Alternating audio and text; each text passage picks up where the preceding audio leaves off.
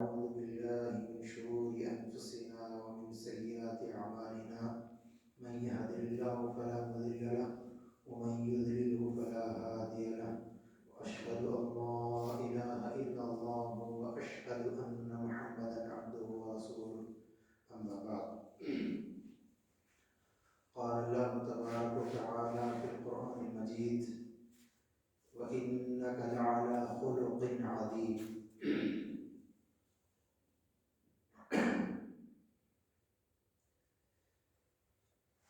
حاضرین دروس، معزز بزرگان دین، نوجوانان قوم اور اسلامی خواتین، آپ حضرات کے سامنے درس نبوی کے سلسلے کو، جو کہ دوسرا ہی سلسلہ ہے، دوسرا ہی درس ہے، اس کو آگے بڑھانے سے پہلے پچھلا جو درس ہوا تھا وہ عرب اقوام کے تعلق سے ہوا تھا، عرب قوموں کے تعلق سے ہوا تھا.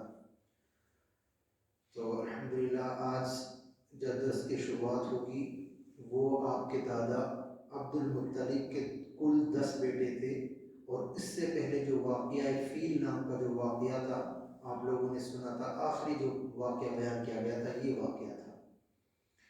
اب اس درس کو شروع کرنے سے پہلے 2-3 چیزیں ہیں، اگر ذہن میں ہوں، اگر مناسب لگے تو ہم وہ چیزیں وہ سوال آپ کے سامنے رکھنا چاہتے ہیں.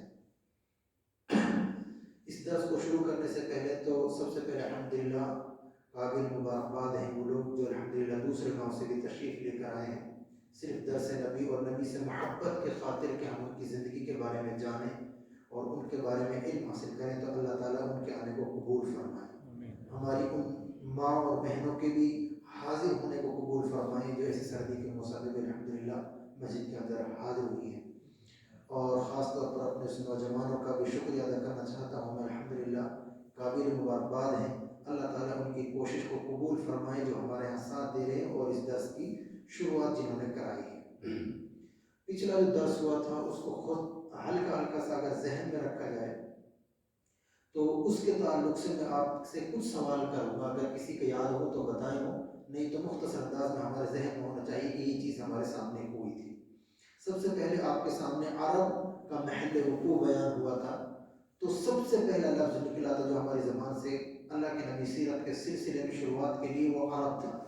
تو عرب کے معنی کیا ہے اگر کسی کو یاد ہو تو عرب کے کیا معنی بیان کیے گئے تھے، کسی کو بھی یاد ہو؟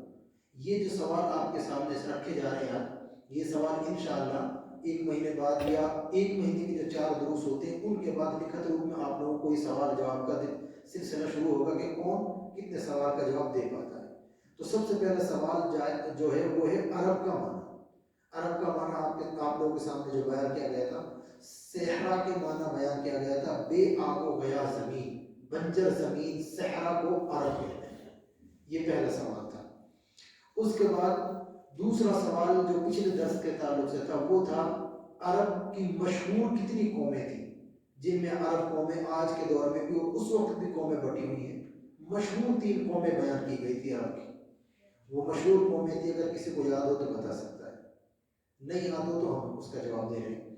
عرب کی 3 مشہور قومیں تھیں. عرب مستعربہ نہیں، اس سے پہلے تھی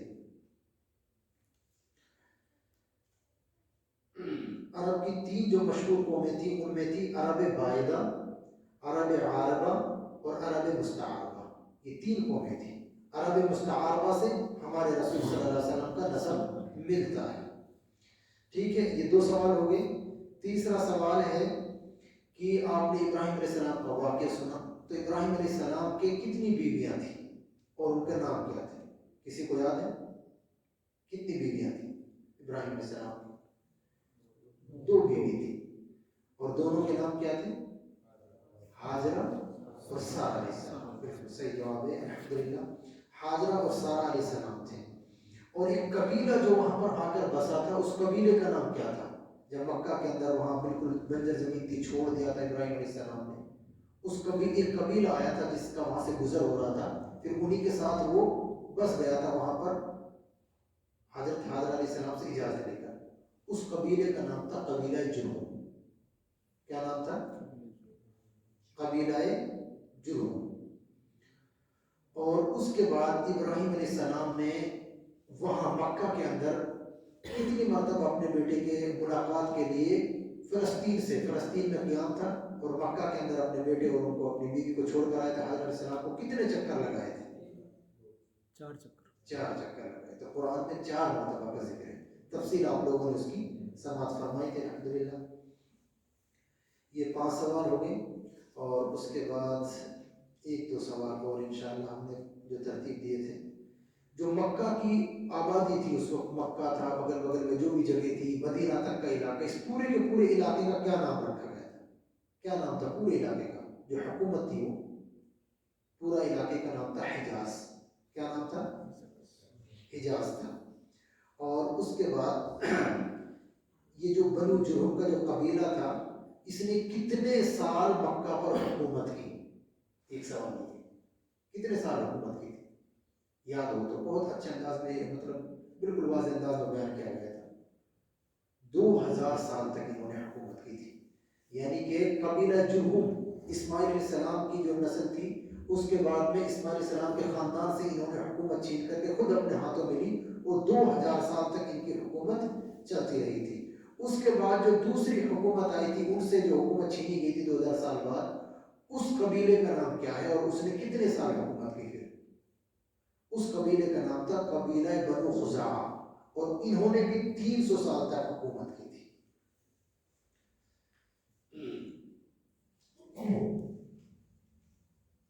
ایک آخری سوال اور ہے، وہ میرے خیال سے یاد ہونا چاہیے تھا. مکہ کے اندر وہ دین ابراہیم پر عمل کرتے تھے، تو سب سے پہلے جو بت لائی گئی تھی، اس بت کا نام اور لانے والے کا نام کون بتا سکتا ہے؟ سب سے پہلے بت لائی گئی تھی اور اس کو لانے والے کا نام کیا تھا؟ یاد ہے کسی کو؟ یاد رکھنا چاہیے، کم سے کم تھوڑا سا دھیان دیں اس چیز پہ. کہ ہم نے بہت ہی معمولی چیزیں بیان کی تھی.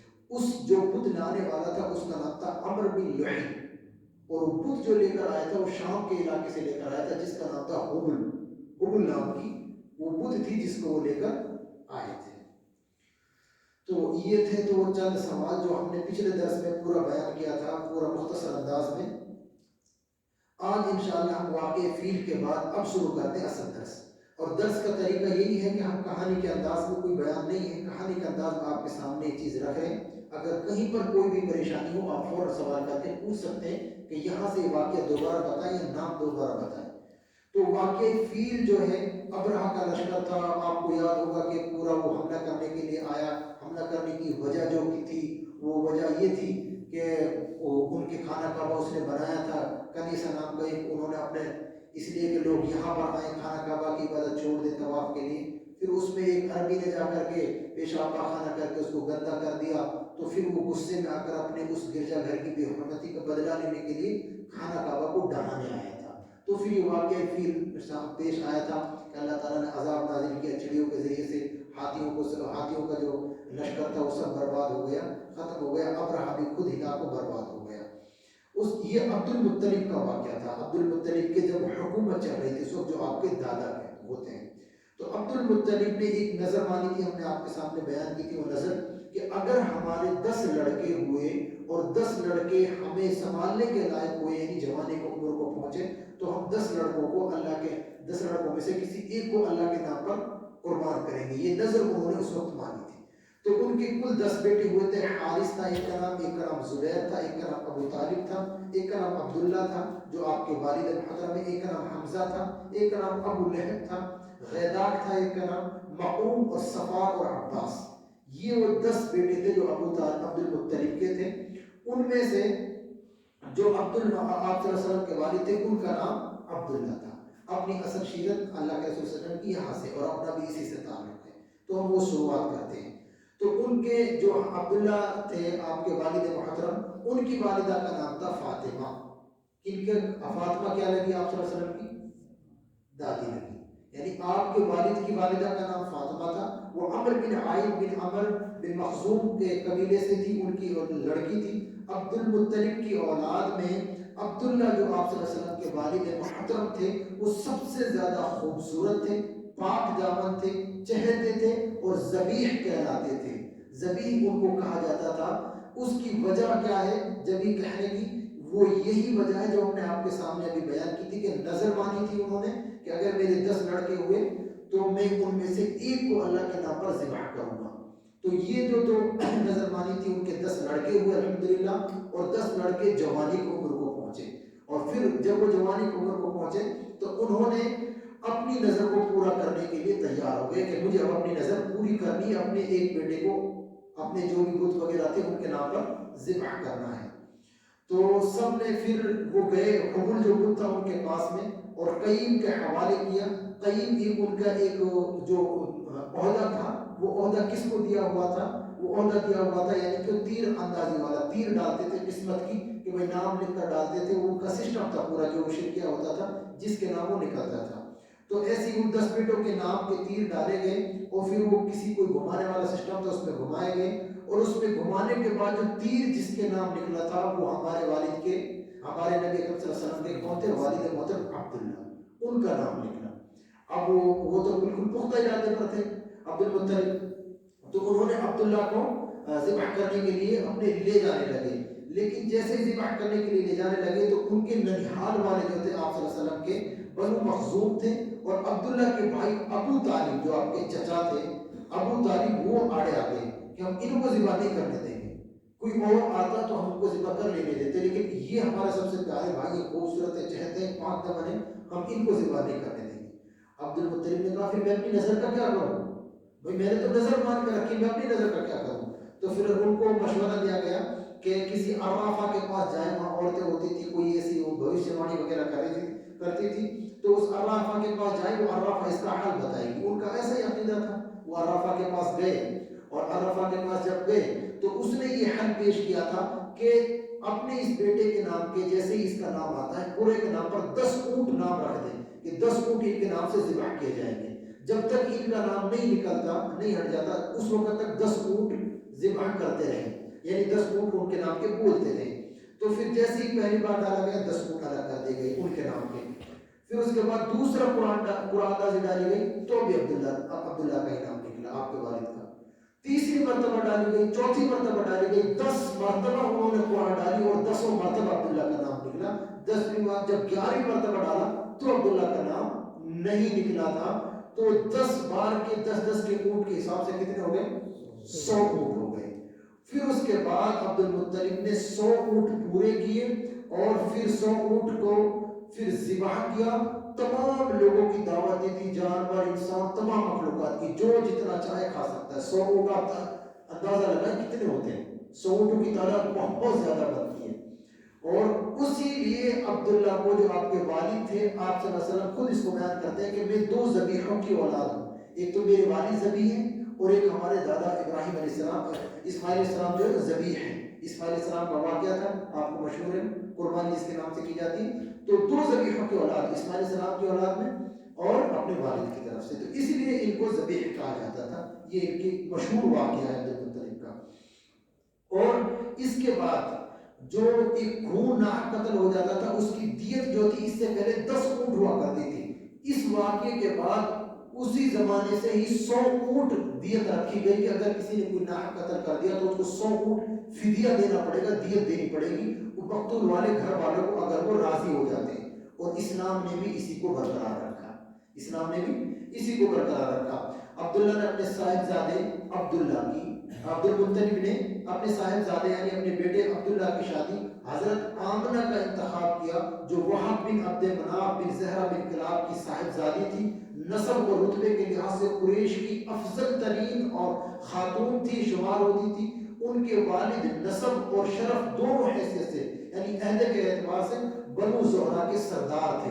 سردار کی بیٹی آمنہ تھی جس کو عبد المطلب نے اپنے بیٹے کے لیے انتخاب کیا تھا. یعنی آمنہ کون ہے؟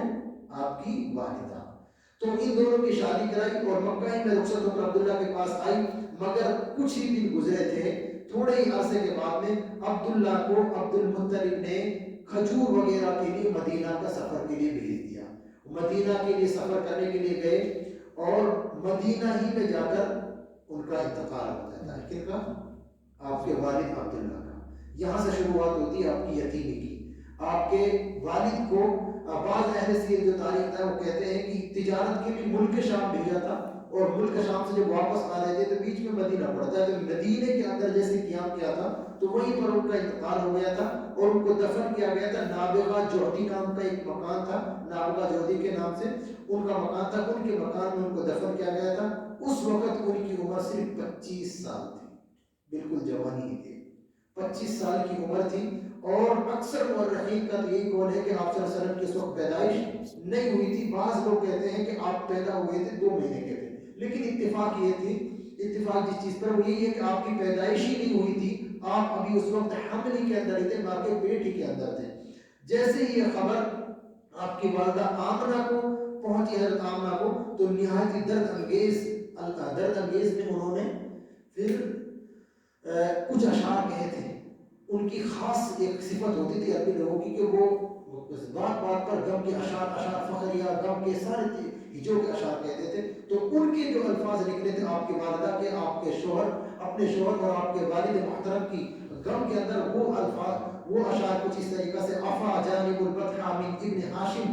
ہم اس کا ترجمہ آپ کے سامنے بیان کر دیتے ہیں، عربی تو آپ کیا سمجھیں گے کہ بطحہ اس وادی کا علاقے کا نام تھا، بطحہ کی آگوش میں ہاشم کے صاحبزادے سے خالی ہو گئی، یعنی بطحہ کا جو گود تھی وہ خالی ہو گئی، وہ بانگ و خروش کے درمیان ایک لحد میں آسودہ خواب ہو گئے، بالکل دنیا کو چھوڑ کر چلے گئے۔ اسے موت نے ایک پکار لگائی اور اس نے لبیک کہہ دیا۔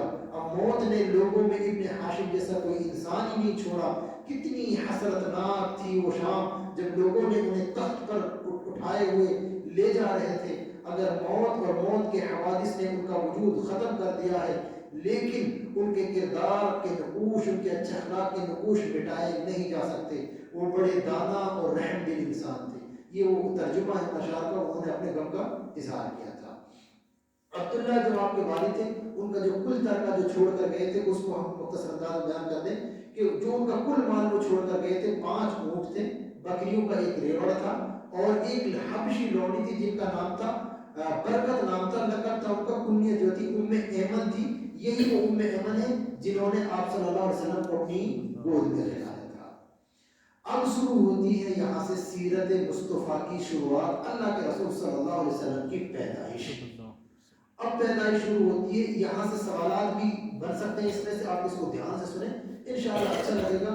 اور نیت ہماری یہ ہونا سننے کی، جذبہ اور شوق ہو کہ ہم اس نبی کی سیرت کو سن رہے ہیں جو ہمارے نبی ہیں، اس انسان کی سیرت اور جیونی کے بارے میں ہم شروعات کر رہے ہیں جو ہمارے نبی ہیں، جو ہمیں سب سے زیادہ محبوب ہیں۔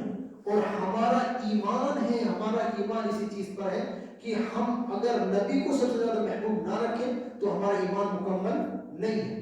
عمر بن خطاب رضی اللہ تعالیٰ عنہ کا نام سنا ہے؟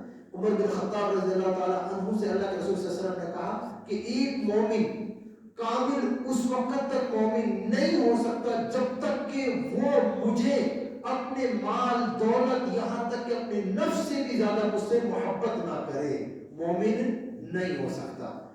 عمر بن خطاب کہتے ہیں اللہ کے رسول، مجھے آپ مال دولت آل اولاد سب سے زیادہ محبوب ہیں لیکن نفس سے زیادہ محبوب نہیں۔ اللہ کے رسول نے کہا کہ آپ مومن نہیں ہیں۔ تو اللہ کے رسول اسی کے بعد فوراً عمر بن خطاب نے کہا کہ اللہ کے رسول آج سے مجھے آپ اپنی جان سے بھی زیادہ محبوب ہیں۔ تو اللہ کے رسول نے کہا کہ اب تمہارا ایمان کامل ہو گیا، تو مکمل مومن ہو، یعنی کہ ہمارے ایمان کی تکمیل نبی کی محبت سے ہوتی ہے۔ تو ہم اس محبوب کی داستان سننے جا رہے ہیں، ان کی زندگی کی کہانی ہم آپ کے سامنے بیان کرنے جا رہے ہیں۔ تو ہم اپنے سامنے اس چیز کو رکھیں، دل میں شوق رکھیں۔ ہو سکتا ہے ہمارے کچھ الفاظ آپ کو سمجھ میں نہ آئے، لیکن ایسا دل میں جذبہ رکھیں کہ ہم اس سے محبت کے خاطر یہ چیز سن رہے ہیں۔ انشاءاللہ جب اس طریقے سے محبت پیدا کر کے سنو گے نا تو انشاءاللہ اچھا بھی لگے گا، سکون بھی ملے گا، خوشی بھی ملے گی، رونا بھی آئے گا، ساری چیزیں ہوں گی، لیکن پہلے شوق ہونا چاہیے۔ ہم آپ کو صرف الفاظ میں کہہ سکتے ہیں، دل میں نہیں ڈال سکتے۔ دل اگر آپ کا خوشی کے ساتھ تیار ہے، شوق کے ساتھ، تو انشاءاللہ بہت اچھا لگے گا۔ تو آپ صلی اللہ علیہ وسلم کی پیدائش، ولادت باسعادت، نیک بخت پیدائش آپ کی مکہ کے شعب بنی ہاشم کے اندر، شعب بنی ہاشم یعنی قبیلہ بنی ہاشم کے اندر 9 ربیع الاول سن 1 عام الفیل، فیل کی جو اسی سال میں یہ واقعہ پیش آیا تھا، تو اسی سے عرب کی ایک نئی تاریخ شروع ہوتی ہے عرب قوم کی، فیل کے واقعے سے۔ تو پہلا سال تھا عام الفیل کا، پہلا سال تھا ربیع الاول کا مہینہ تھا، 9 تاریخ تھی اور سوموار کا دن تھا، صبح کا وقت تھا جس وقت آپ صلی اللہ علیہ وسلم کی پیدائش ہوئی۔ انگریزی جو تاریخ تھی وہ 20 یا 22 اپریل 20 یا 22 کی تاریخ تھی، اپریل کا مہینہ تھا، 571 عیسوی سن تھی۔ اور علامہ محمد سلمان منصور پوری، محمد پاشا فلکی، یہ مصر کے بڑے محقق ہیں، بڑے جو ستاروں تاروں کے بارے میں بڑے علم فلکیات کے ماہر تھے، انہوں نے جس پر اتفاق کیا ہے، تو بہت سارے اقوال ہیں، 12 ربیع الاول کو پیدا ہوئے، 10 کو ہوئے، 11 کو ہوئے، لیکن سب سے جو محقق اور تحقیق شدہ جو قول ہے، جو روایت ہے، وہ یہی ہے کہ آپ کی پیدائش 9 ربیع الاول کو ہوئی تھی۔ تو آپ صلی اللہ علیہ وسلم اس دنیا کے اندر آ چکے تھے 9 ربیع الاول، اور سن عام الفیل کی پہلی سال کو اور 571 عیسوی کو آپ صلی اللہ علیہ وسلم کی نئے گروہ اس دنیا کے اندر جنم لے چکی تھی۔ ابن سعد کی روایت ہے کہ رسول اللہ صلی اللہ علیہ وسلم کی والدہ نے فرمایا، بالکل صحیح روایت ہے، آپ صلی اللہ علیہ وسلم کی والدہ، کیا نام تھا آپ کی والدہ کا؟ آمنہ۔ حضرت آمنہ کا بیان ہے کہ جب میرے بطن سے ان کی پیدائش ہوئی، جنم ہوا، تو مجھے کیا خواب دکھائی دیا تھا، ایک خواب دکھائی دیا تھا، اس خواب میں ایسا لگا کہ میرے جسم سے نور نکلا ہے، ایک روشنی جس نے ملک شام کے محلات کو روشن کر دیا ہے۔ اور امام احمد نے ارباز بن ساریہ سے بھی تقریباً اسی مضمون کی روایت نقل کی ہے کہ اس کے پورے علاقے کو، اس وقت دنیا کی سب سے جو خوبصورت علاقہ تھا بادشاہوں کا، وہ تھا شام کا علاقہ، اس کے محلات بڑے مشہور تھے، بڑے خوبصورت تھے، بڑے اونچے اونچے محلات تھے۔ تو یہ بیان کرتی ہیں حضرت آمنہ کہ میرے جسم سے ایک نور نکلا اور اس نے پورے محلات کو روشن کر دیا ہے۔ اور بعض روایتوں میں یہ بھی بتایا گیا ہے کہ ولادت کے وقت ایسے واقعات دنیا کے اندر رونما ہوئے تھے جن کو دیکھ کر تعجب ہوتا ہے، حیرت پذیر والے واقعات تھے، جیسے ایوان کسرا کے 14 تندورے گر گئے تھے، اور مجوس کا جو آتش یعنی آگ پوجا کرنے والے تھے، یہ کیسر اور کسرا والے، ان کی دنیا میں سب سے بڑی بادشاہی تھی کیسر اور کسرا کی، ان کے جو مجوس کے جو آتش لگاتے جن کی وہ پوجا کیا کرتے تھے، وہ ٹھنڈے ہو گئے اچانک، وہ کبھی ان کو ٹھنڈے نہیں ہونے دیتے۔ ان کی عبادت یہی تھی کہ ان کا سب سے بڑا مسئلہ یہ تھا کہ وہ اس کو ہمیشہ جلا کے رکھتے تھے، لیکن جیسے اللہ کے رسول صلی اللہ علیہ وسلم کی پیدائش ہوئی تھی تو آتش وغیرہ ٹھنڈے ہو گئے تھے، بحرائے سادہ خشک ہو گیا، اس کے گرجے منہدم ہو گئے تھے۔ یہ بحقی کی روایت ہے، اس میں کچھ کلام بھی ہے، کچھ لوگ اس کو ضعیف کہتے ہیں۔ ولادت کے بعد آپ کی والدہ نے جیسی آپ کی پیدائش ہوئی فوراً خوشخبری کس کو پہنچائی؟ آپ کے دادا عبد المطلب کو، کیونکہ والد صاحب تو دنیا میں تھے ہی نہیں، پہلے ہی یتیم ہو چکے تھے، تو دادا تھے، دادا کو خوشخبری پہنچائی کہ لڑکے کی پیدائش ہوئی ہے۔ عبد المطلب اس وقت خانہ کعبہ میں تھے، فوراً دوڑے آتے ہیں، کیونکہ سب سے محبوب بیٹے تھے، ان کے نام کے 100 اونٹ بھی ذبح کیے، اور پھر بھی وہ دنیا سے چل بسے نہیں رہتے، بڑے محبوب ہیں، تو ان کی اولاد سے بھی ایسی محبت ہوتی ہے۔ تو پھر اولاد جیسی پتہ چلا فوراً دوڑے چلے آئے اور اس کو گود میں لیا، آپ صلی اللہ علیہ وسلم کو گود میں لے کر آپ صلی اللہ علیہ وسلم کو خانہ کعبہ میں لے کر آئے، اور پھر آپ کا نام آپ کے دادا عبد المطلب نے محمد رکھا۔ محمد ہے جس کی سب سے زیادہ تعریف کی گئی ہو، یہ اس کا ترجمہ ہے، اور ایسا نام عرب میں اس سے پہلے ملتا ہی نہیں ہے، کوئی نام ہی ایسا نہیں ہے۔ سارے لوگوں نے سوال کیا کہ مطلب یہ کون سا نام رکھا ہے آپ نے، یہ نام تو رکھا ہی نہیں گیا آج سے پہلے، ایسا نام تو ہم نے سنا ہی نہیں۔ عبد المطلب نے کہا تھا کہ میرا ایک پوتا اسی چیز کے لائق ہے، یہ حقیقت میں یہی چیز ہے، یہ بالکل ہی الگ ہے۔ اس کے بعد یہ معروف نہ تھا، عرب کے دستور کے مطابق پھر آپ صلی اللہ علیہ وسلم کی ان کا دستور تھا، پہلے اسے 7ویں دن ختنہ کیا گیا۔ ختنہ کیا گیا آپ کی والدہ کے بعد میں سب سے پہلے جو آپ صلی اللہ علیہ وسلم کو جنہوں نے دودھ پلایا تھا وہ تھی ابو لہب، جو دشمن اسلام تھا، سب سے بڑے دشمن تھے، آپ کے چچا بھی تھے۔ ان کی ایک لونڈی تھی صوبیہ نام کی، انہوں نے آپ کی والدہ آمنہ کے بعد میں دودھ جو پلایا، سب سے پہلے وہ صوبیہ نے دودھ پلایا۔ اس وقت ان کی گود میں جو بچہ تھا ان کا نام مسروح تھا، اور صوبیہ نے آپ سے پہلے حضرت حمزہ بن عبد المطلب آپ کے چچا تھے ان کو بھی دودھ پلایا تھا۔ اس کے بعد ابو سلمہ بن عبد الاسد مخزومی کو بھی دودھ پلایا تھا۔ ان کو بیان کرنے کا مقصد کیا ہے کہ اگر کسی نے مطلب یہ جیسے انہوں نے دودھ پیا کہ آپ کے بھائی ہوئے، کیسے بھائی؟ دودھ شریک بھائی، اس کو اس عربی میں کہا جاتا ہے رضاعی بھائی، تو یہ آپ کے رضاعی بھائی تھے جو اس وقت تھے، مسروح تھے ایک، اور ایک حضرت حمزہ جو آپ کے چچا بھی تھے لیکن دودھ شریک بھائی بھی ہوئے کہ جس صوبیہ سے حضرت حمزہ نے دودھ پیا اسی سے آپ نے دودھ پیا تھا. اور ابو سلمہ بن عبد الاسد یہ بھی آپ کے دودھ شریک بھائی تھے. اس کے بعد عرب کا دستور ہے, ہمارے یہاں تو وہ چیز رائج نہیں ہے کہ عرب کا ایک طریقہ ہوتا تھا کہ جیسی بچے کی پیدائش ہوتی تھی نا تو کچھ دن چند دن گزرنے کے بعد ہی فوراً اس کو گاؤں دیہات کے علاقے میں دوسری عورتوں کے حوالے کر دیا جاتا تھا کہ وہ اس کو دودھ پلائیں اور وہاں کی اچھی آب و ہوا میں اچھی عربی فصیح عربی بولی جاتی تھی, اچھی زبان سیکھتے تھے, اچھی تازہ آب و ہوا ملتی تھی. مکہ تو اس وقت شہر تھا تو وہاں پر ان کا رواج تھا کہ ایسے بھیج دیا کرتے تھے. تو آپ صلی اللہ علیہ وسلم کے ساتھ بھی ایسا ہی معاملہ ہوا. آپ صلی اللہ علیہ وسلم کو قبیلہ بنی سعد کی ایک عورت لے کر گئی. اس سے پہلے ہم تھوڑا سا اور یہ واقعہ ذکر کر دیتے ہیں کہ عرب کے شہری باشندوں کا یہ دستور تھا, وہ ہم نے آپ کے سامنے بیان کر دیا. اسی دستور کے مطابق عبد المطلب جو آپ کے دادا تھے دودھ پلانے والی دایا کی تلاش کی کہ دودھ پلانے والی کوئی عورت ملے, تو حضرت حلیمہ رضی اللہ تعالی عنہ بنت ابی زویب کے حوالے کیا. حلیمہ جس کو کہتے ہیں دائی حلیمہ کے نام سے مشہور ہے, بہت سارے واقعات میں سنا ہوگا دائی حلیمہ, تو یہ وہی دائی حلیمہ ہے جو آپ صلی اللہ علیہ وسلم کو جنہوں نے دودھ پلایا 2 سال تک. تو یہ قبیلہ بنی سعد بنی بکر کی ایک خاتون تھی, ان کے شوہر کا نام تھا حارث بن عبد العزہ, ان کی کنیت تھی ابو کبشہ. وہ بھی قبیلہ بنی سعد کے تھے, اپنے قبیلے میں دونوں نے شادیاں کی تھی.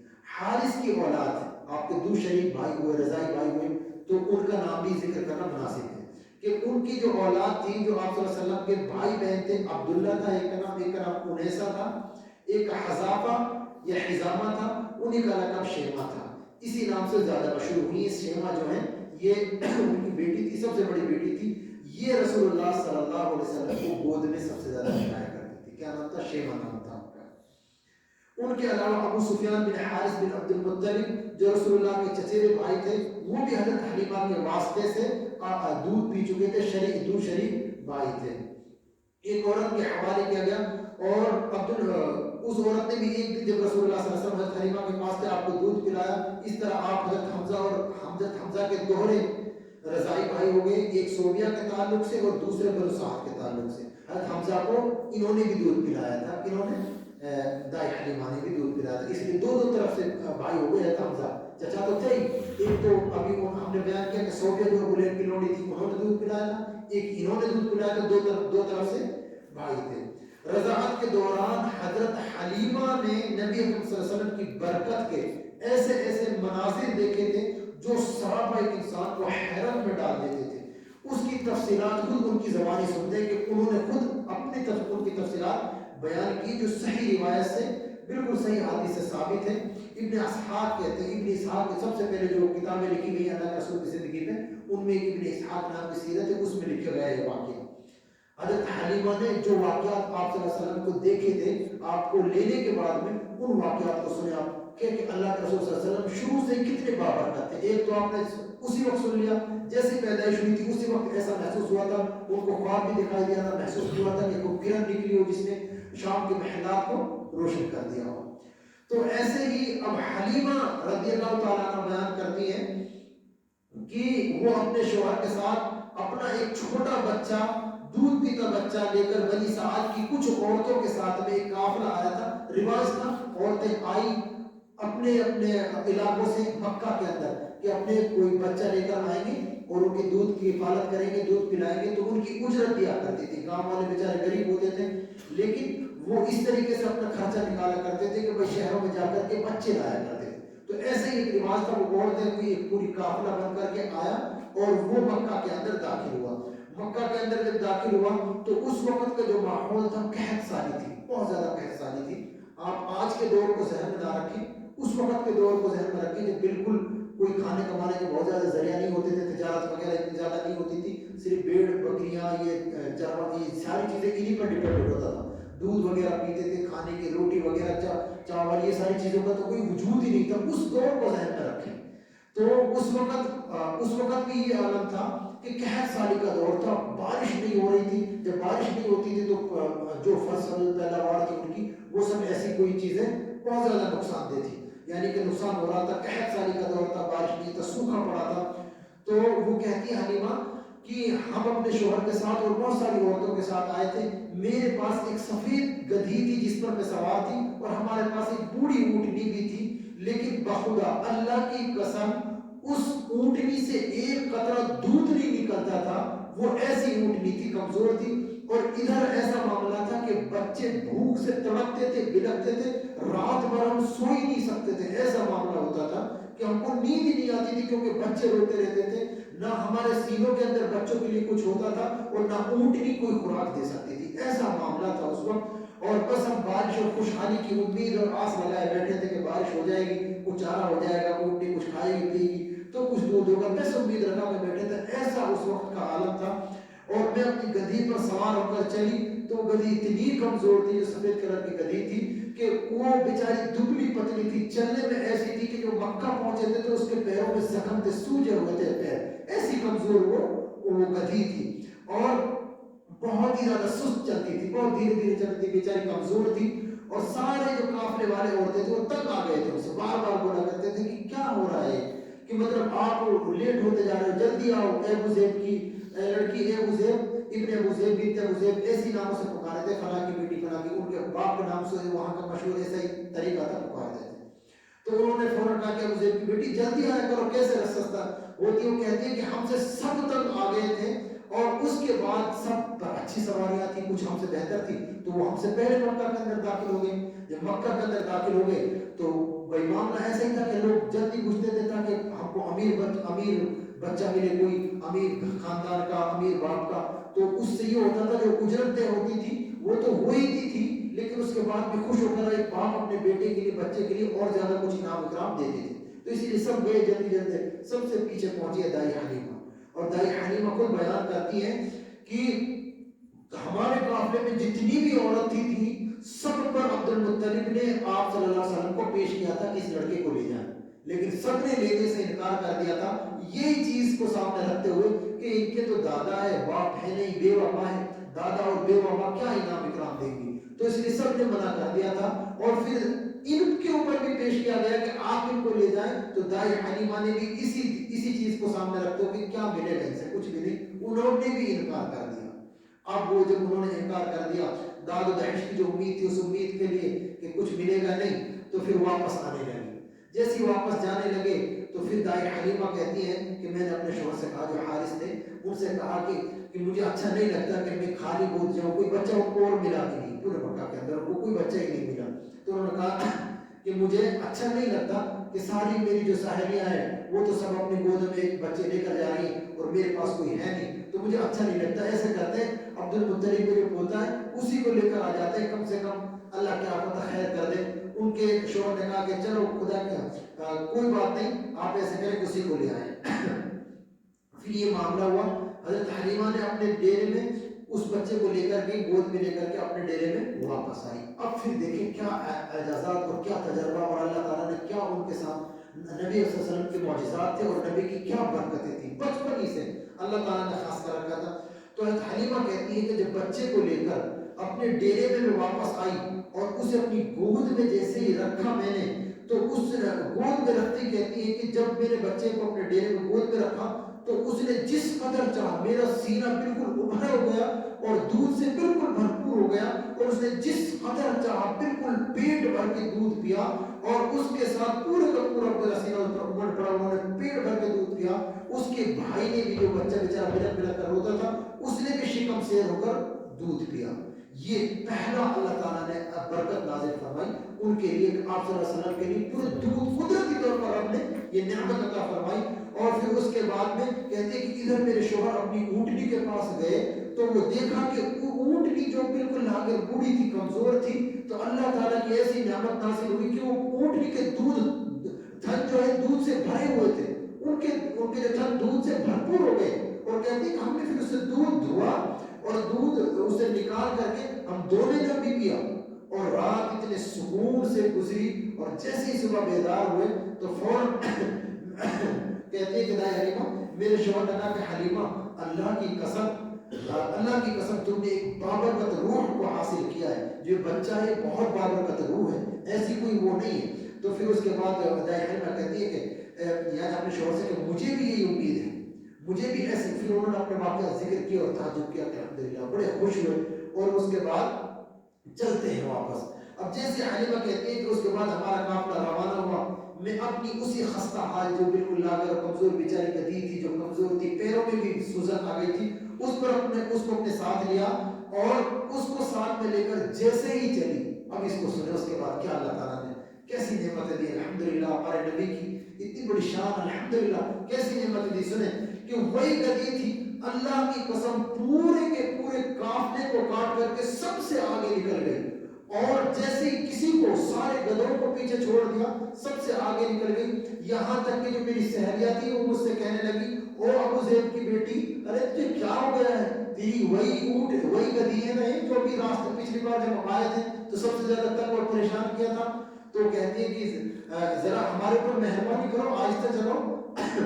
اس کے بعد میں کہتی ہوں کہ باخدا یہ وہی ہے اللہ کی قسم یہ وہی ہے لیکن مجھے لگ رہا ہے کہ اس کا کوئی خاص معاملہ ہے. اور دوسری سہیلیوں نے بھی کہا کہ ایسا لگتا ہے کہ اس کو پتہ نہیں کچھ رب کی طرف سے کچھ خاص ہی نعمت مل گئی ہے. لوگوں نے اس سہیلیوں نے بھی باتیں کی تھی الحمدللہ.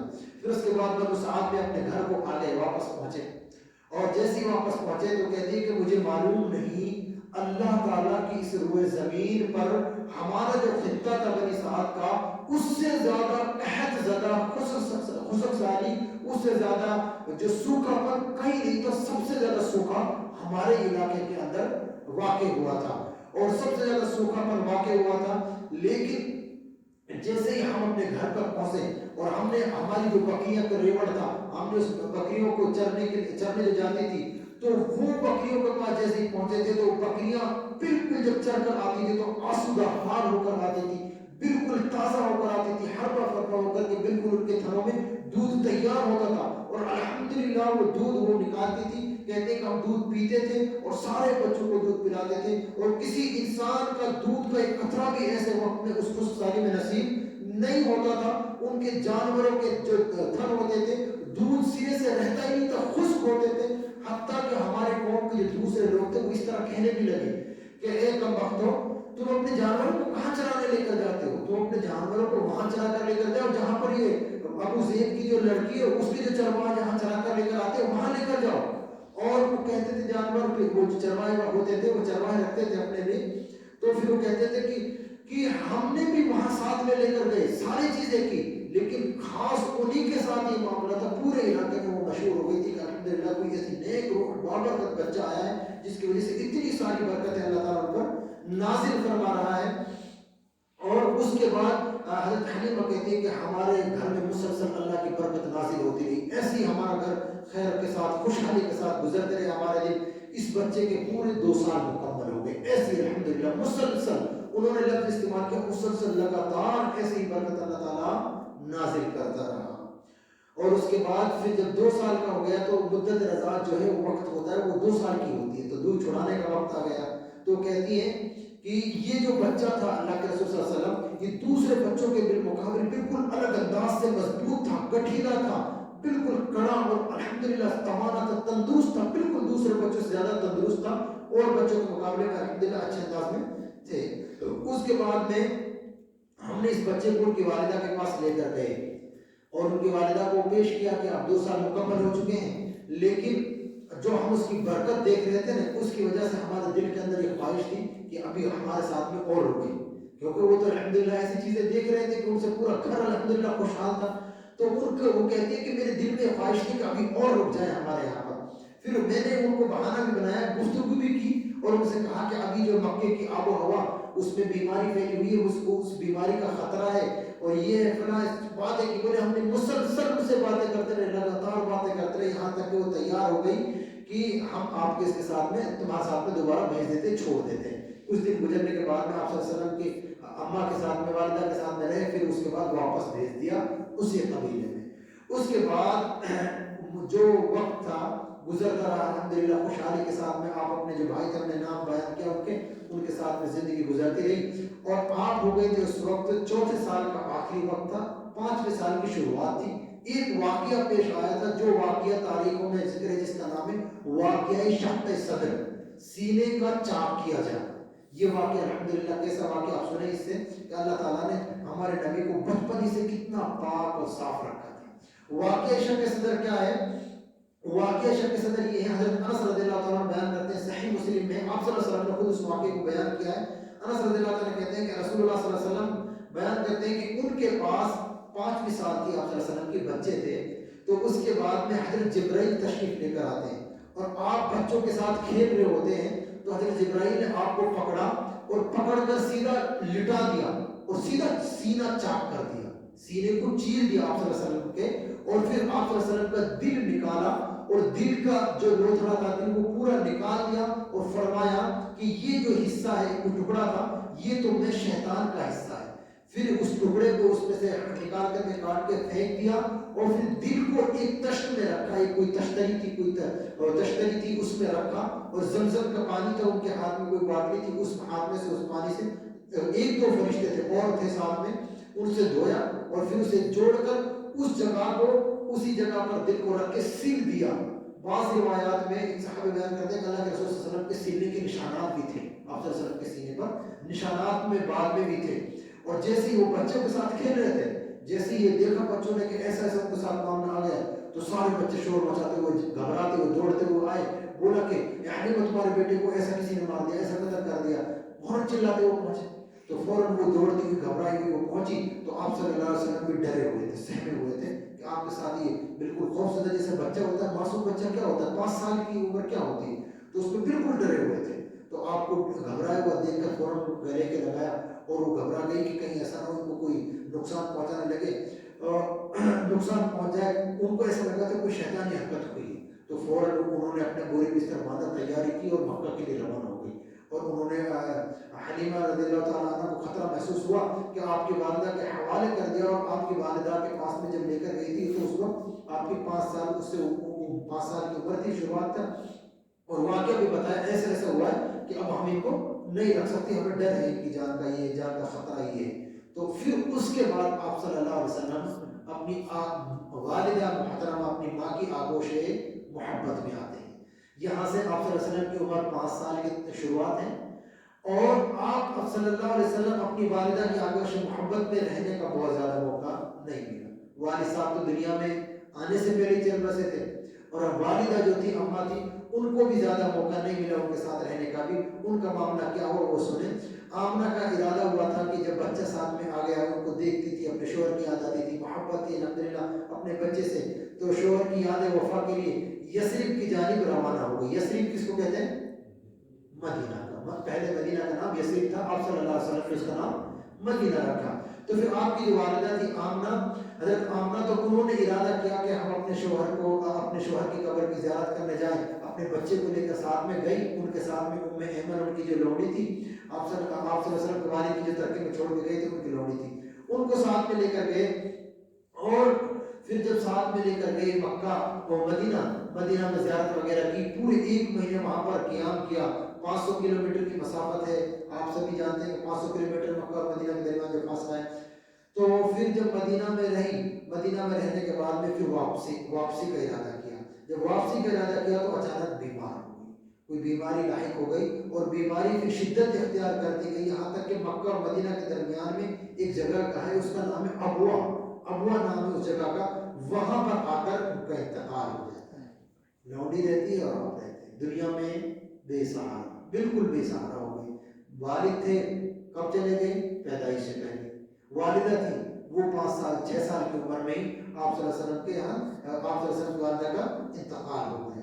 اب اس کے بعد جیسے عبد المطلب کو پتہ چلا، وہ اپنے بیٹے سے اتنی محبت کرتے تھے، اسی وجہ سے پوتے سے محبت کرتے تھے، فوراً سفر تیار کیا، فوراً دوڑے چلے آئے اور اپنے پوتے کو لے کر آئے، اور پھر ان پر ان کو غم لاحق ہوا، اپنے پوتے کو لے کر مکہ پہنچے، اور اس یتیم پوتے کو محبت اور شفقت کے جذبات سے تپ رہا تھا، بالکل بہت زیادہ محبت کرنے لگے تھے، کیونکہ بالکل یتیم ہو گیا، بے سہارا ہو گیا۔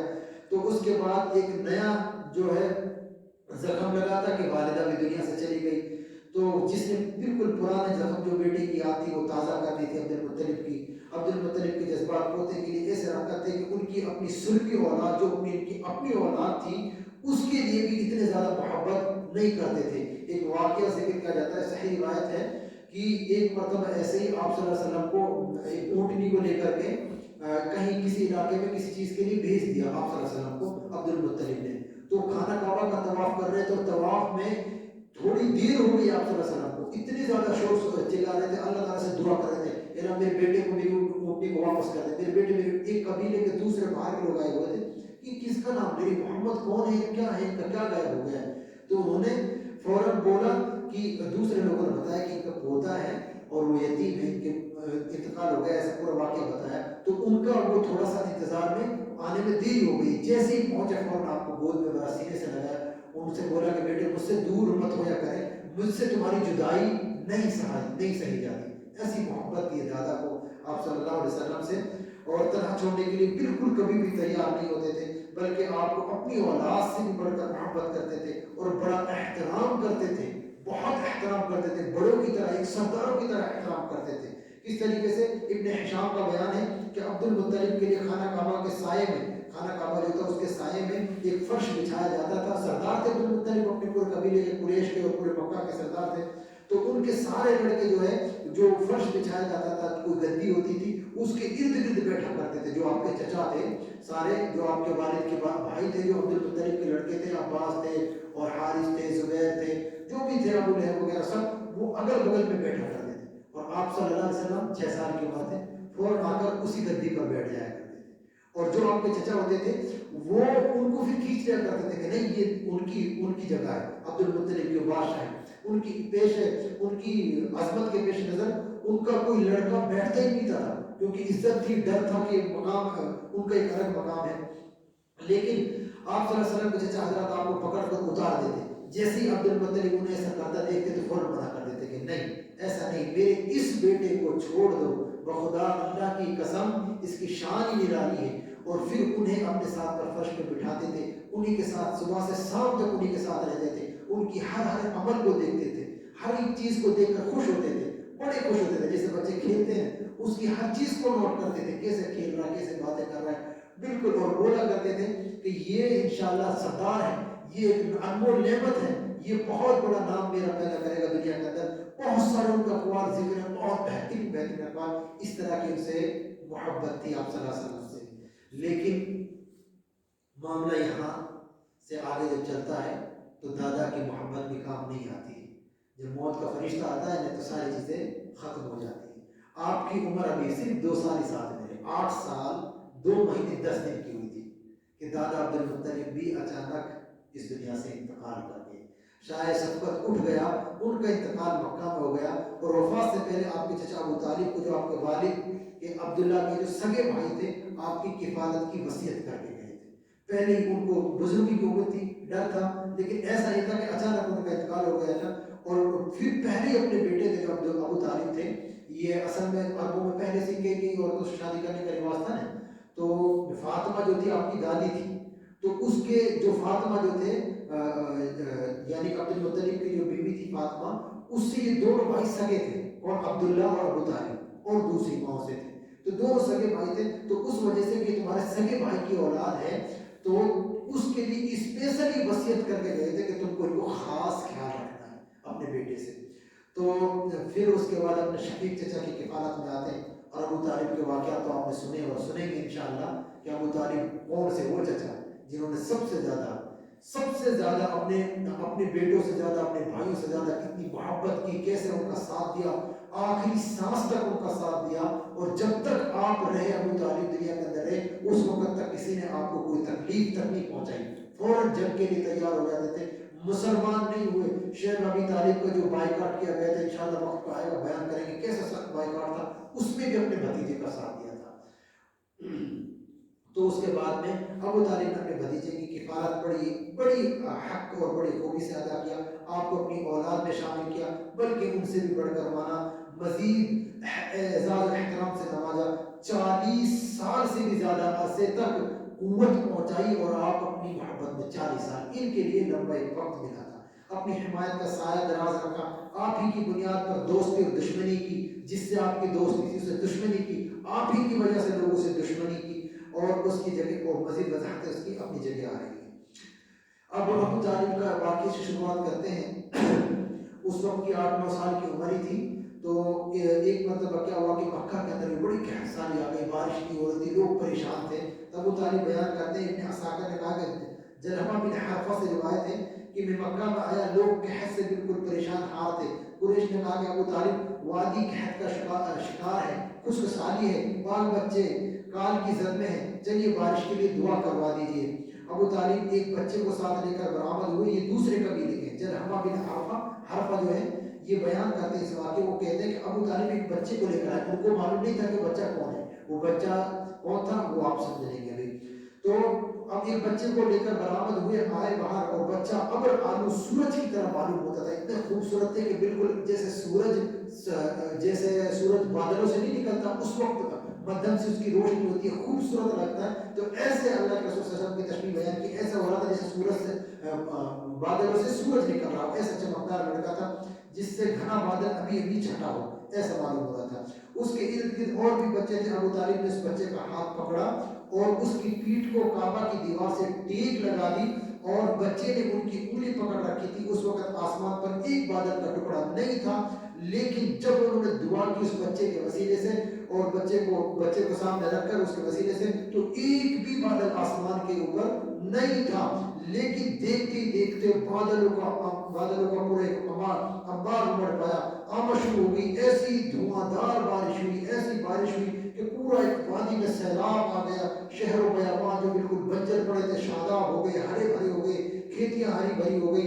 ابو طالب نے اس واقعے کی طرف اشارہ کرتے ہوئے کہا ہے، محمد صلی اللہ علیہ وسلم کی مدح میں، محبت میں کہا ہے کہ ابیض یستسقى الغمام وجهه ثمار الیتام عصمت العوامل، کہ وہ خوبصورت ہے. اللہ کے رسول کی محبت میں کہا تھا اپنے بھتیجے کی میں کہ وہ خوبصورت ہے، اس کے چہرے سے بارش کا فیضان طلب کیا جاتا ہے. اس کے چہرے کو دیکھ کر تو بارش حاصل کی جاتی ہے. یتیموں کے ماوا ہیں، بیواؤں کے محافظ ہیں. یہ جوانی کی عمر میں کہا تھا جب آپ جوان ہوئے تھے، اور آپ کتنے بااخلاق تھے، کتنے زیادہ یتیموں سے محبت کرنے والے تھے، وہ الحمدللہ آپ اندازہ لگائیں گے. یہ ایک واقعہ تھا. ایک دوسرا واقعہ اور سنیں، بحیرہ راہب کا واقعہ ہے کہ جن کی اسنادی حیثیت کچھ مشکوک ہے لیکن واقعہ مستند ہے. آپ کی عمر اس وقت 12 برس کی تھی. تو ایک تفصیلی قول کے مطابق اس وقت 12 برس 2 مہینے 10 دن کی عمر تھی آپ کی. کہ ابو طالب آپ کو ساتھ میں لے کر کے تجارت شروع کرتے تھے. سردار تھے، وہی تجارت کا کام کیا کرتے تھے. تجارت کے لیے ملک شام لے کر جانے لگے ساتھ میں. محبت تھی، ساتھ اکیلے نہیں چھوڑ کے جاتے تھے، پتہ نہیں کون کیسے پریشان کریں گے کیا ہوگا. تو ساتھ میں لے کر گئے اور ابھی ملک شام کے سفر پر نکلے. بصرہ ایک جگہ کا نام ہے، کوفہ بصرہ پہنچے. بصرہ ملک شام کا ایک مقام ہے جو حوران کا مرکزی شہر ہے. اس وقت یہ جزیرۃ العرب کے رومی مقبوضات جو عیسائی تھے انہوں نے قبضہ کیا ہوا تھا، ان میں تھا یہ. اس کا دارالحکومت تھا. بصرہ میں پہنچے. بصرہ میں پہنچے. آپ صلی اللہ علیہ وسلم کی ایک کرامت تھی. آپ صلی اللہ علیہ وسلم کی مطلب پہلے ہی ہم نے ابھی درس وغیرہ میں بھی آپ سنتے ہوں گے کہ عیسائیوں کی، یہودیوں کی کتابوں میں آپ کا پورا ذکر تھا کہ کیسے کیسے صفات والے ایک نبی آنے والے ہیں. اس شہر میں جرجیس نام کا ایک راہب رہتا تھا، وہ گرجا گھر تھا، اور وہ راہب ہمیشہ اس کو اپنے گرجا کے اندر ہی رہتا تھا، کبھی باہر ہی نہیں نکلتا تھا. وہ رہتا تھا. بحیرہ اس کا لقب تھا. وہ بحیرہ کے نام سے یہ واقعہ مشہور ہے. بحیرہ راہب کا واقعہ معروف تھا. جب قافلے نے حضرت جو ابو طالب کا قافلہ تھا اس نے وہاں پڑاؤ ڈالا تو یہ راہب اپنے گرجے سے نکل کر قافلے کی طرف دوڑا چلا آیا اور اس قافلے کی مہمان نوازی کی، کھانا وانا کھلایا، ساری چیز کا انتظام کیا. لیکن اس سے پہلے وہ کبھی نہیں نکلتا تھا اپنے گرجا گھر سے. اس نے رسول اللہ صلی اللہ علیہ وسلم کو آپ کے اوصاف کی بنیاد پر، آپ کو صرف چہرے کے اوصاف کی بنیاد پر پہچان لیا اور آپ کے ہاتھ کو پکڑ کر کہا کہ یہ سید العالمین ہیں اور اللہ انہیں رحمت للعالمین، اللہ تعالیٰ نے انہیں رحمت للعالمین بنا کر بھیجا ہے. یہ بحیرہ راہب جو عیسائی تھے ان کا قول ہے کہ یہ سید العالمین ہے جو عالمین یعنی دونوں جہانوں کا سردار ہے اور رحمت للعالمین نے دونوں جہانوں کے لیے رحمت کا ذریعہ ہے. ابو طالب نے کہا کہ آپ کو یہ کیسے معلوم ہوا؟ جو آپ کے چچا تھے انہوں نے کہا آپ کو کیسے معلوم ہوا؟ تو اس نے کہا کہ تم لوگ جب گھاٹی کے اس جانب آئے تھے، گھاٹی کے جب نیچے والے حصے میں تھے، تو کوئی بھی درخت یا پتھر ایسا نہیں تھا جو سجدے کے لیے نہ جھک گیا ہو. پتھروں اور درختوں تک نے سجدہ کیا تھا اور یہ چیزیں نبی کے علاوہ کسی اور انسان کا سجدہ نہیں کرتی. اور پھر میں انہیں مہر نبوت سے، جو اللہ صلی اللہ علیہ وسلم کی نبوت کی جو مہر تھی وہ مہر نبوت سے بھی پہچانتا ہوں، جو کندھے کے نیچے کڑی جو ہوتی ہے، پچھلا جو حصہ ہے نرم ہڈی کے پاس سیل کی طرح ہم انہیں اپنی کتابوں میں اسی طریقے سے پڑھتے ہیں. یہ واقعہ تھا. اس کے بعد بحیرہ راہب نے کہا کہ ابو طالب سے کہا کہ انہیں واپس کر دو, ملک شام نہ لے جاؤ, کیونکہ یہودیوں سے خطرہ ہے اس کو. یہودیوں سے خطرہ ہے اس پر ابو طالب نے کہ یہودی ان کو ہلاک کر دیں گے, ان کو نقصان پہنچائیں گے. وہ یہ چیز سوچ کر, کس وجہ سے کہ جو یہودی تھے نا اپنا خاندان جو ان کے اندر تھی اصلیت قومیت والا بہت زیادہ تھا, اسی وجہ سے اللہ کے رسول پر ایمان لے کر نہیں آئے. وہ امید لگائے بیٹھے تھے کہ ہمارے خاندان میں آئیں گے, وہ جو آخری نبی ہوں گے, جو نشانیاں وہ ہمارے خاندان میں ہوں گے, لیکن یہ دوسرے خاندان میں آ گئے. تو دوسرے خاندان یعنی بنی اسماعیل کے خاندان میں آ گئے, اور یہودی بنی اسحاق کے خاندان سے تھے. اسحاق جو سارہ علیہ السلام سے تھے, اور جو اسماعیل علیہ السلام سے تھے وہ ہاجرہ علیہ السلام سے تھے, جو فرعون کی بیٹی تھی. تو اسماعیل علیہ السلام کی نسل سے آپ تھے, اور جو دوسرے جو انبیاء کرام گزرے وہ اسحاق علیہ السلام کی نسل سے تھے, جو حضرت ابراہیم علیہ السلام کے دوسرے بیٹے تھے. تو پھر اس کے بعد کیا کیا انہوں نے, ابو طالب نے اپنے بعض غلاموں کے ساتھ میں واپس بھیج دیا ان کو کہ ان کو واپس لے کر چلے جائیں, ان کو نقصان پہنچائیں گے. تو یہ ایک واقعہ یہ آیا تھا جو 12 سال کی عمر میں آپ کے سامنے آیا تھا. تو یہ ایک واقعہ ہو گیا. ایک واقعہ اور ہے, وہ ہے جنگ فجار کے نام سے. جنگ فجار جو ہوئی تھی وہ آپس میں مکہ والوں کے درمیان میں ہوئی تھی. ہم اس کو زیادہ تفصیل بیان نہیں کریں گے, اس سے کچھ فائدہ ہے نہیں. اس وقت آپ کی عمر جو ہے 15 سال تھی. اس جنگ میں ایک طرف قریش تھے, ان کے ساتھ بنو کنانہ تھے, دوسری طرف قیس و اعلان تھے. قریش اور کنانہ کا کمانڈر حرب بن امیہ تھا. ابھی نام وغیرہ آپ لوگوں کو یاد نہیں ہوں گے زیادہ. تو اس میں جو ہے قریش جو تھا اس کا جو دوپہر تک جو جنگ ہوئی تھی اس کا پلڑا بھاری رہا تھا. کنانہ کا پلڑا بھاری ہو گیا. اسے حرب فجار اس لیے کہتے ہیں کہ حرب فجار اس لیے کہتے ہیں کہ حرام کے جو 2 مہینے تھے ان کی حرمت چاکی گئی تھی, کہ حرام کے مہینوں کی حرمت پامالی کی گئی تھی. رسول اللہ صلی اللہ علیہ وسلم بھی اس میں تشریف رکھتے تھے, اس میں شامل ہوئے تھے. اپنے چچاؤں کو 15 سال کی عمر تھی, تیر بنا کر, یعنی اس میں جو کمان ہوتی تھی تیر لگا کر کے آپ صلی اللہ علیہ وسلم اپنے چچاؤں کو دیا کرتے تھے. بس اتنا ہی کافی ہے. اس کے بعد ایک واقعہ اور ہے حلف الفضول کا. حلف الفضول کہتے ہیں کس چیز کا یہ واقعہ ہے, ایک عہد نامہ تھا, ایک یعنی مشہور واقعہ ہے کہ حلف الفضول تھا. غربت والے مہینے میں ذی قعدہ میں حلف الفضول پیش آئی تھی. چند قبائل تھے جو قریش, بنی ہاشم, عبد المطلب, یہ دوسرے جو قبیلے تھے مرہ تھا, انہوں نے اہتمام کیا تھا کہ عبداللہ بن جدعان نام کے ایک جو ہے شخص تھے, ایک آدمی تھے, اس کے مقام پر جمع ہوئے تھے. وہ سن و شرف میں ممتاز تھا, اس وجہ سے ان کے گھر پہ جمع ہوئے. آپس میں عہد و پیمان کیا کہ مکہ میں جو مظلوم نظر آئے گا, خواہ مکہ کا رہنے والا ہو, کہیں کا بھی ہو, اس کی حمایت کی جائے گی.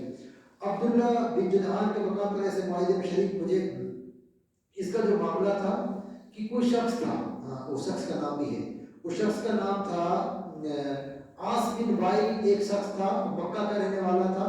اس نے عبدالدار مخزوم سہمی عدی سے مدد کی درخواست کی تھی, اور جبل بن ابو قبیس پر چڑھ کر بلند آواز سے اشعار پڑھے تھے. ہم اپنے الفاظ میں اس کو بیان کرتے ہیں, تفصیل سے نہیں پڑھ کر کے نہیں بیان کریں گے. تو ایک آدمی تھے عاص بن وائل تھے, انہوں نے اس کے مال دولت کو کچھ نہ قبضہ کر لیا تھا. تو بیچارے نے سب سے اعلان کیا کہ میری مدد کرو, اس کی کسی نے مدد نہیں کی. تو پھر ایک جو تھے جو کچھ قبیلے تھے, انہوں نے اکٹھے ہو کر عہد و پیمان لیا تھا کہ کسی بھی مظلوم کی یعنی ناانصافی نہیں ہوگی, اس کی مدد کی جائے گی. تو جب یہ سارے قبیلے اکٹھے ہو کر عہد و پیمان ہوا تھا کہ نہ کسی کے اوپر ظلم نہیں ہوگا, کسی پر کوئی زبردستی نہیں ہوگی, انصاف ہوگا, اور اس انصاف کا واقعے کے لیے سب لوگ اکٹھے ہوئے. اللہ کے رسول صلی اللہ علیہ وسلم جب نبی ہو گئے تھے, اس کے بعد اس واقعے کو یاد کرتے ہوئے اللہ کے رسول صلی اللہ علیہ وسلم کہتے ہیں کہ اگر جیسا معاہدہ دور جاہلیت میں ہوا تھا, اگر مجھے اس کے عوض 100 اونٹ بھی پسند نہیں ہے, وہ اتنا اچھا عہد و پیمان تھا. اگر اسلام میں بھی اس کو, اسلام کے اندر بھی ایسے پیمان کے لیے مجھے بلایا جاتا تو میں فوراً لبیک کہتا. یعنی کہ انصاف والا واقعہ تھا. انصاف کے لیے سارے لوگ جمع ہوئے الحمدللہ, اور اکٹھے ہوئے تھے. تو اس کے بعد آپ کی جو زندگی کا مرحلہ ہے وہ آتا ہے اب جوانی. 15 سال کی عمر ہو گئی, اب یہاں سے آگے جوان ہو گئے تھے. شباب کی زندگی ہے. رسول اللہ صلی اللہ علیہ وسلم کا کوئی کام تو تھا نہیں, البتہ یہ خبر ہے کہ آپ صلی اللہ علیہ وسلم یعنی 15 سال 17-18 سال کی عمر میں پھر بکریاں چلانے لگے تھے. بکریاں چلایا کرتے تھے, اور بکریاں مکہ میں بھی, اور اہل مکہ کی بکریاں چند قیرات وغیرہ اس وقت ملتے تھے, قیرات کا سکہ چلتا تھا, اس کے لیے وہ اجرت ملتی تھی, اس پر بکریاں چلایا کرتے تھے. 25 سال کی عمر ہو گئی آپ کی, 5-6 سال آپ نے بکریاں چرائی.